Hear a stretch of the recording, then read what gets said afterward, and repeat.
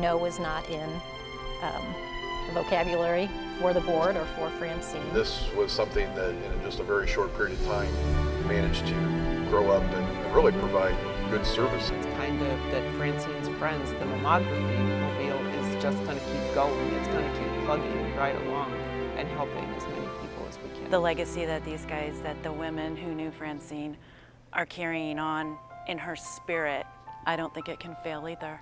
I don't think that it can fail.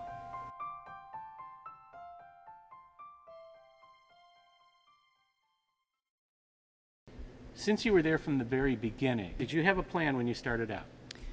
It originally started, yes, with the group of ladies that got together wanting to do an event to raise money to pay for mammograms for women. And did that plan see its way through to what we have today, or? Yes, it did.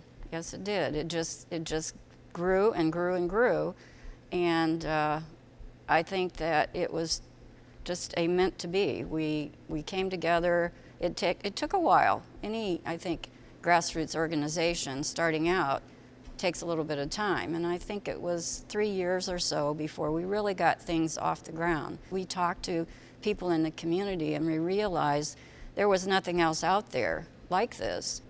What surprised you about the success of Francine's Friends? You know, the odds are against them. You know, many small businesses will fail in the first 3 to 4 to 5 years. And I think what's amazing is that in just a short period of time, Francine's Friends, through all volunteers, has really grown into a very large organization serving, you know, thousands of people every year. I mean, it's a true success story. The success doesn't surprise me. The success is what I would expect. Something that really facilitates the success is the ease of access, the point of service. You know, there's people that are scared to walk into the hospital and go down many hallways.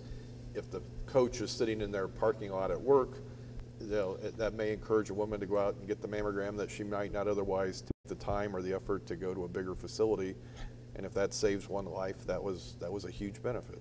We've diagnosed 100 early stage diagnoses of breast cancer for the most part.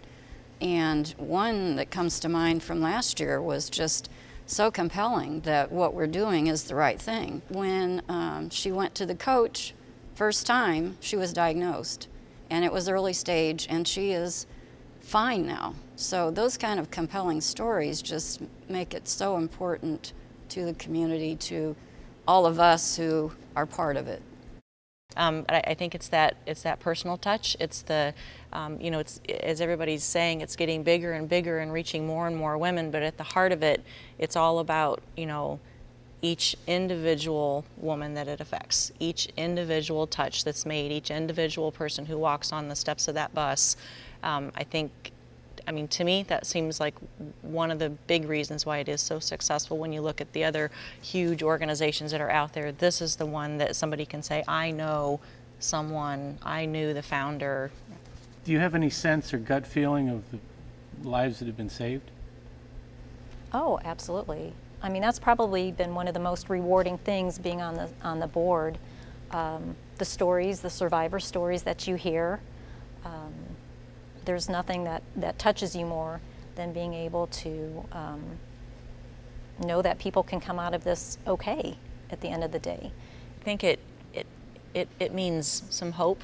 Like what you both were saying, you know, with serving the underserved community, it gives that ray of hope, that possibility that maybe, you know, even though, you know, I don't have insurance, I don't have a doctor, I'm high risk, I just don't know what I'm going to do. It gives a woman the opportunity to put herself first and take care of herself so that she can be around to take care of her family. For me, it connected the dots. Had there not been a financial aid there for me, there's probably no way I would have stepped on the coach. So after a long time of not having health insurance, loss of marriage and all that, it just was an amazing experience back then. Now I can pass on that legacy of early detection to all 3 of my daughters and some, and to my grandchildren. So Right. I appreciate that from the bottom of my heart. So thank you. You would know, I mean, how does the caliber of the technical caliber of the equipment on the coach compare to that in the hospital or something? It's no different than walking into an office that has all the up-to-date equipment. You have it right there on the coach. Well, and the nice thing too, you can talk a little bit, and I don't know if Dorothy experienced this, but you don't come on the coach and get diagnosed and then that's it. There's still treatment coordinators, and Right. Our care doesn't stop just with a diagnosis on the coach. I think whatever, whether it's breast cancer, whatever type of health issues, somebody who can be your advocate and say, you need to go see this doctor or this facility, that, that takes a lot of stress off the patient. Yes, extreme amount of stress, because not only you're diagnosed with something very devastating, then you have to face all the things that go along with it, your finances, how are you going to work, how are you going to take care of your family. There's just a multitude of things that go along with someone telling you you have this disease and you need to do something about it. So that's why we are so blessed to have a partnership within the community between Francine's Friends, Parkview Health System, Breast Diagnostic Center, and all the physicians who work in the cancer care specialty. Our other secret weapon is Sharon Simmons. I mean, Sharon, as president of the board, basically functions as an unpaid executive director. That saves a lot of money that can go right back into mammograms for those who can't afford it. So Sharon deserves a great round of applause. I second that. Yeah. In terms of your support of Francine's Friends on an in-kind basis, why Francine's Friends instead of another organization? My company, does in-kind for a lot of different organizations. Be careful, John. People are going to see this. Okay, I'm sorry. The thing about Francine's Friends, it's almost a direct impact. That's what you want to see with an organization like this.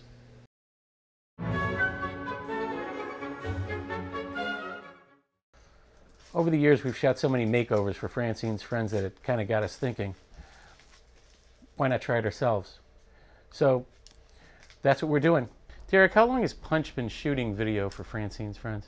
Well, we've been shooting video for Francine's Friends almost as long as we've been Punch. Doing something for such an important cause makes you feel good. So does this massage. What massage? I'm not Let's focus. Derek, what do you look forward to when shooting a video for Francine's Friends? I look forward to working with Sharon and Donna. Most of all, we get to plan the videos, and I get to find out what the big plans are for this year's event. Aside from now, what would be the most fun you've ever had shooting a video for Francine's Friends? Well, I think the most fun was the sitcom, when we brought in a lot of Francine's friends into the studio, and we had interviews, and we did a bit of a sitcom act with our friends from Second City, Colleen and Robin. It was really fun to do some of the special effect work when we had Robin trying to get away from Colleen by climbing a light pole. Hey John, remember we only budgeted for hairstyles today, so you shouldn't be going overboard.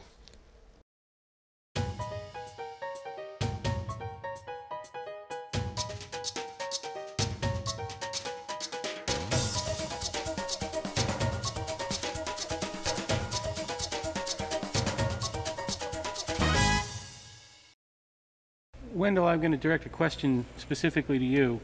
Why should men be extended an invitation to be a part of Francine's Friends? First of all, it's a free lunch. That's always good. No, in any event, I think one of the reasons it's important for men to be there is, number one, awareness.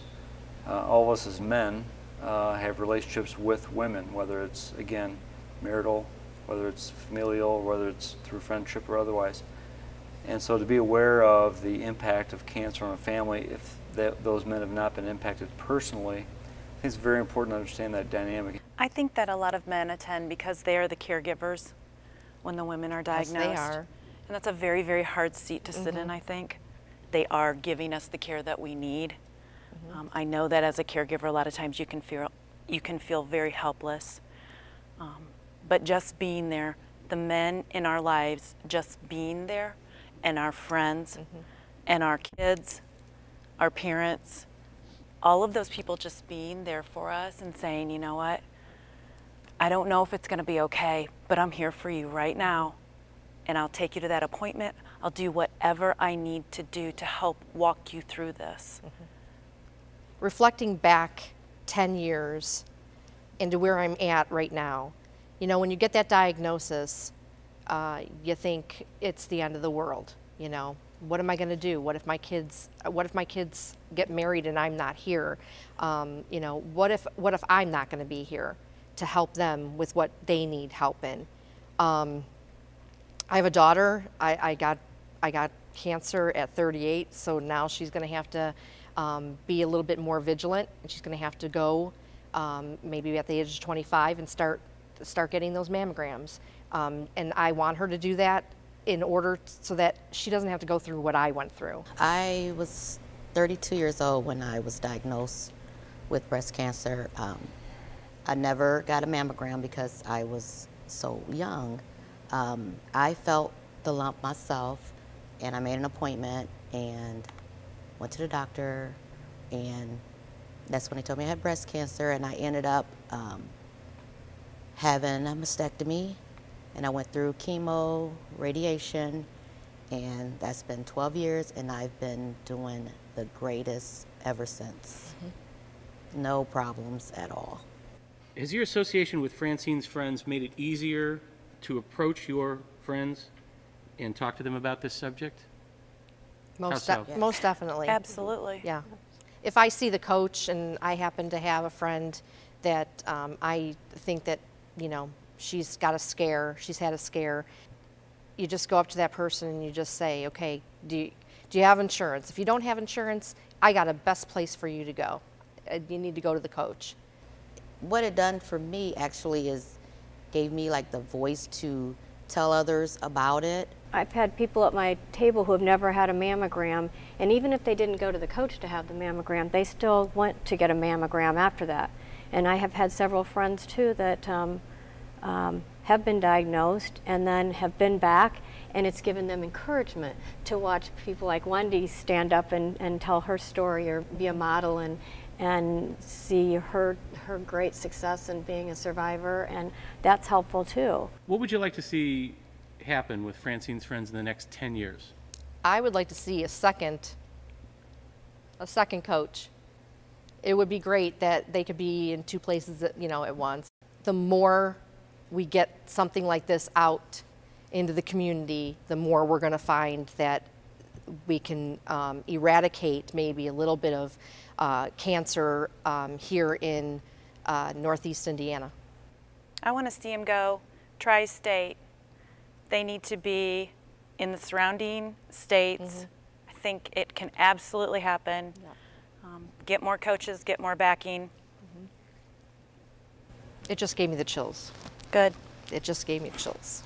I kind of have this feeling that Francine's just kind of smiling down on everybody every year at this luncheon. Don't you just want to say to her, I'm so, so sorry that you paid the ultimate price, that you lost your battle, but in your honor, so much work has been done. People have been saved. People have Yes. been saved. Absolutely. I heard somebody say, and this was years ago, people are cancer survivors every day they live, even if it's with the cancer. Actually, it may have been Sharon Simmons who shared that with me years ago. Sharon Simmons who shared that with me. Cancer survivors don't have to be cancer-free, they're survivors. Right. And to be a survivor is inspirational, I don't care who you are.